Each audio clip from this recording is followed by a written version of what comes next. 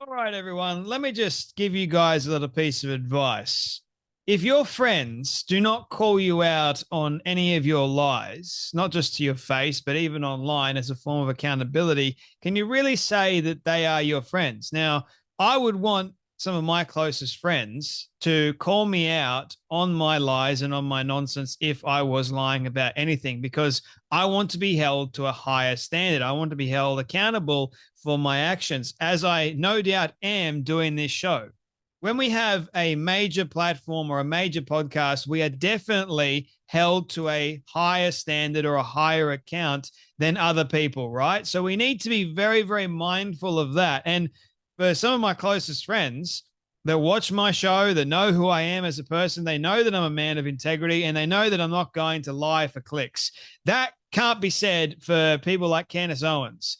And if I had someone that I knew personally that was lying online to a vast amount of people, I would call them out on it, because people need to hear that, hey, yes, I'm still your friend, but I'm still going to call you out for your nonsense. I will contact you personally as well and say, look, this is not right. This needs to stop.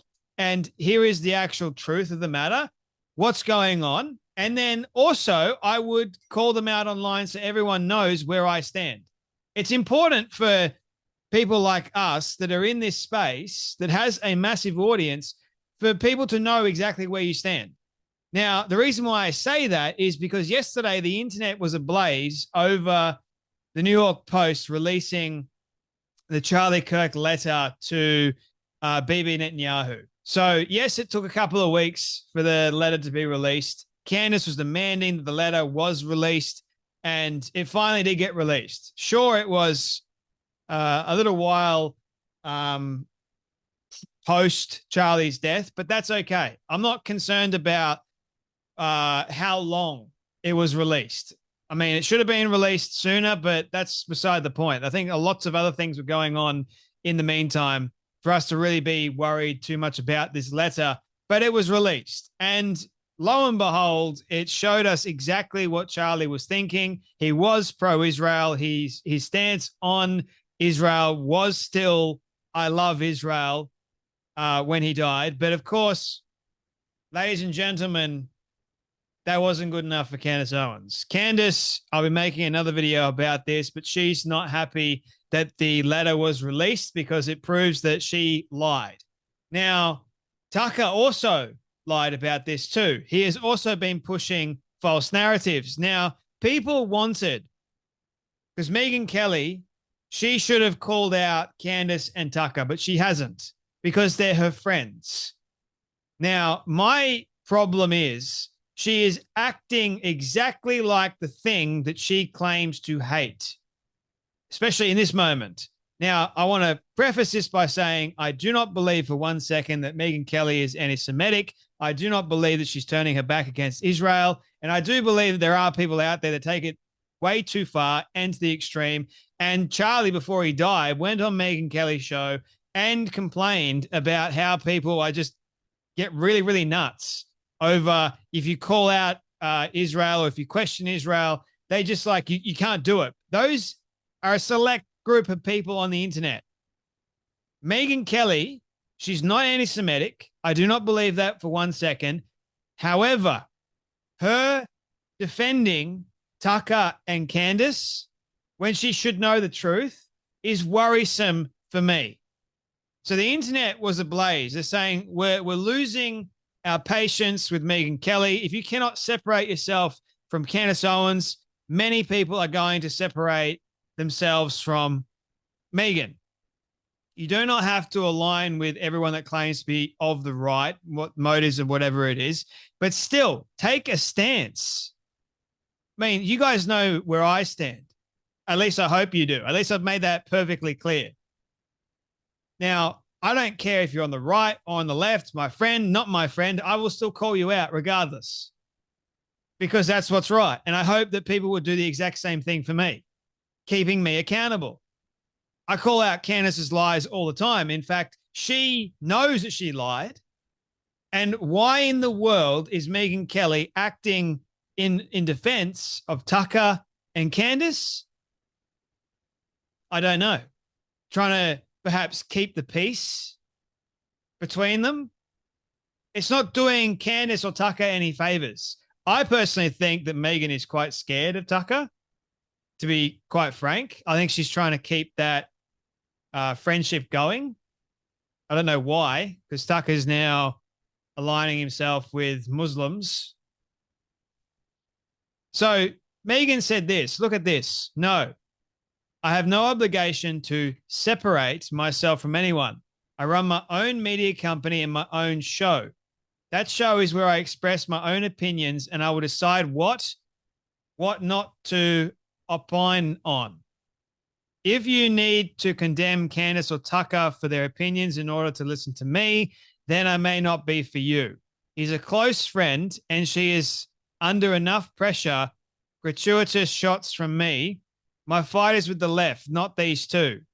It's not, you're not picking a battle, Megyn. That's not what it's about. It's about doing what's right and saying Candace lied and so did Tucker.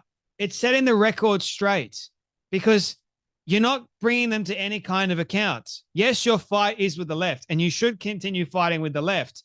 You're not fighting Candace or Tucker. You're calling them out for their lies. We should be held to a higher standard if we claim to be conservatives on the right. It doesn't mean that because they're conservatives, it excuses them from being called out. It excuses them from accountability. No, we as Christians should be held to a higher account, not just before fellow man, but before God. And I think it's a good thing for friends to call you out on your nonsense. Hans Shaughnessy goes, Megyn Kelly has officially joined the dark side. I'm so done with her. If she wants to join the ranks of schizophrenic jihadi cons, have at it. But I want no part of that. You need to understand who the real enemy is. She doesn't. Or she does, but wants to grift off them. Either way, I'm out. Britta, who has been pretty good through all of this, has gone, Megyn, come back. It's like, you're wrong. How could you even say that? Like the scene from Star Wars, like when Anakin goes and kills all the kids in the Jedi temple. And Padme's going, no, you're wrong. How could that possibly be right? That's not the man that I knew. It's kind of like Megyn going to like the whole situation with Candace and Tucker. No, he's my friend. He's not the person you think that he is. Right. Karis Ria goes, note that Megyn is making the exact same arguments that Candace was making back in 2022 when defending her friendship with Kanye West, who had already outed himself as a pathological anti-Semite. You want to be friends with people who have said the Star of David is satanic and Israel is demonic, made up, nation founded by PDF files. By all means, go right ahead, Megyn, and we will appropriately criticize you for it. It's what comes with the responsibility of being a public figure. If you can't dish it out, you really don't know how this works. Britta also goes, it's from the Jeffrey Dahmer show. I told you we're going to watch an episode, Megyn Kelly show. That's a pretty funny meme. The memes were on point. James Lindsay goes, you're becoming what you hate. Exactly. Laura Luma goes, we have eyes and ears, Megyn. We don't need you to filter anything for us. We can all read the letter to see what Tucker and Candace have been saying is completely false. Everyone wants to cash in on that Islamic money. Megyn responds by going, great, use your eyes to read the letter, use your ears to listen to Charlie on my show on the 6th of the 8th, where we had a great heart-to-heart on this very subject. You're missing the point, Candace. Eaton goes, Megyn is not an anti-Semite, nor is she any Israel. She has constantly condemned Hamas and supported Israel's right to defend itself. That said, her response here is disappointing. Yes, people have been too hard on her, but her reaction to the criticism seems to be doubling down on her embrace of Candace Owens out of misplaced solidarity and a hefty dose of spite, despite Candace Owens' well-documented hatred of Jews and unhinged conspiratorialism and lies. I'm sure being a public figure is difficult, doubly so if you are openly pro-Israel, and the justifiability cautious even paranoia. Jewish community, myself included, could certainly be more measured when we see someone push back against widely held views on Israel rather than immediately jumping on insinuations of anti-Semitism. Yeah. Well, there's one person that I want to show you. Constantine Kissen actually raises a very important point. People are focusing on how this letter proves that Candace Owens is a deranged liar, which she is. But the letter also shows how wise Charlie was when it came to communicating the truth and persuading people. I grow to respect him even more as I learn more about him. And Constantine actually responds to Megyn Kelly by going, the problem with this approach, which many on the right are taking, is that this is exactly how the left allowed its own extremists to first flourish and then become the face of the entire movement. If you agree with Candace and Tucker, people will respect that. But to many of us, their behavior is so extreme and so deranged that the idea that it can be simply ignored because your fight is with the left doesn't wash. You have always been a great, principled, truth-seeking journalist. So to many of your admirers like me, the question might be, if you agree with them, fine. But if you don't, why isn't your fight with them? Megyn responds by going, the more one insists that I say what one demands to me, what one demands me to, the more committed I get to my refusal. Constantine responds by going, I demand nothing of you, and I'm coming from a position of great respect. I'm simply asking why it is that you don't believe that lies told by prominent people on the right shouldn't be challenged in the way we all challenge lies told by people on the left. Brilliant. She goes, your response proves the opposite of what it purports to. How exactly? So, Megyn, you're saying that we can't call out lies from people that claim to be on the right.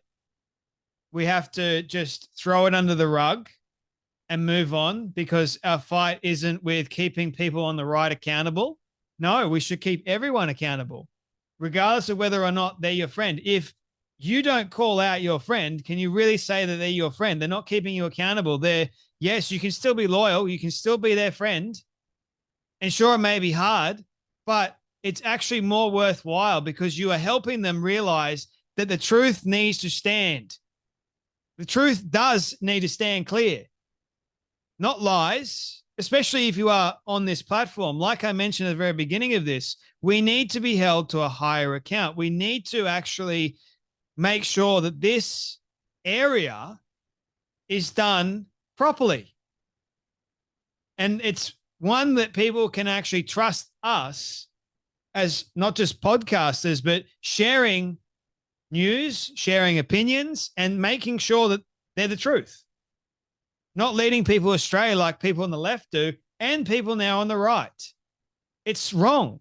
And I think Megyn Kelly needs to fully understand that, yes, you can fight the left, but you can also fight people on the right. Just because they are your friends and you're scared of how they're going to react, don't be. Because if they get angry and they cut you off, can you even really say that they're your friends? I mean, think of that.